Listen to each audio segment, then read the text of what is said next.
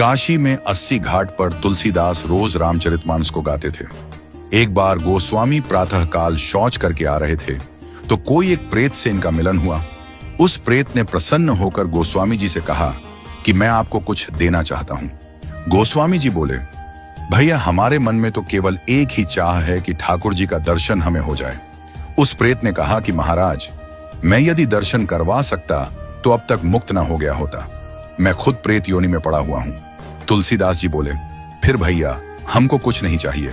तो उस प्रेत ने कहा, सुनिए महाराज, मैं आपको दर्शन तो नहीं करवा सकता, लेकिन दर्शन कैसे होंगे उसका रास्ता बता सकता हूं। तुलसीदास जी बोले कि बताइए।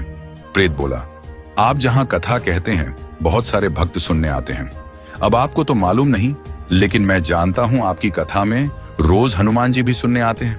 सबसे पीछे कंबल ओढ़कर एक दीनहीन कोढ़ी स्वरूप में जो व्यक्ति बैठता है और जहां लोग चप्पल उतारते हैं वहीं बैठते हैं। उनके पैर पकड़ लेना वह हनुमान जी ही हैं। गोस्वामी जी बड़े खुश हुए। आज जब कथा हुई तो गोस्वामी जी की नजर उसी व्यक्ति पर थी और जैसे ही वह आया और बैठा तो गोस्वामी जी दौड़ पड़े और जाकर चरणों में गिर गए। गोस्वामी जी बोले, महाराज आप सबसे छुप सकते हो, मुझसे नहीं। अब आपके चरण तब तक नहीं छोड़ूंगा जब तक राम से नहीं मिलवाओगे। ये कहा तो हनुमान जी दिव्य स्वरूप में प्रकट हो गए।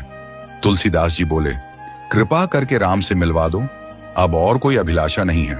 हनुमान जी बोले कि आपको राम जी जरूर मिलेंगे, लेकिन आपको चित्रकूट चलना होगा। गोस्वामी जी चित्रकूट गए, मंदाकिनी में स्नान किया, कामदगिरी की परिक्रमा की। खोज रहे हैं कि प्रभु कहां मिलेंगे। सामने से दो राजकुमार घोड़े पर आए, एक गौर वर्ण और एक श्याम वर्ण। उन्होंने रास्ता पूछा तो तुलसीदास जी ने बताया और वो चले गए। फिर हनुमान जी प्रकट हुए और बोले, अभी जो राजकुमार घोड़े पर थे वही तो राम और लक्ष्मण थे। आपसे ही तो रास्ता पूछा और आपने नहीं पहचाना।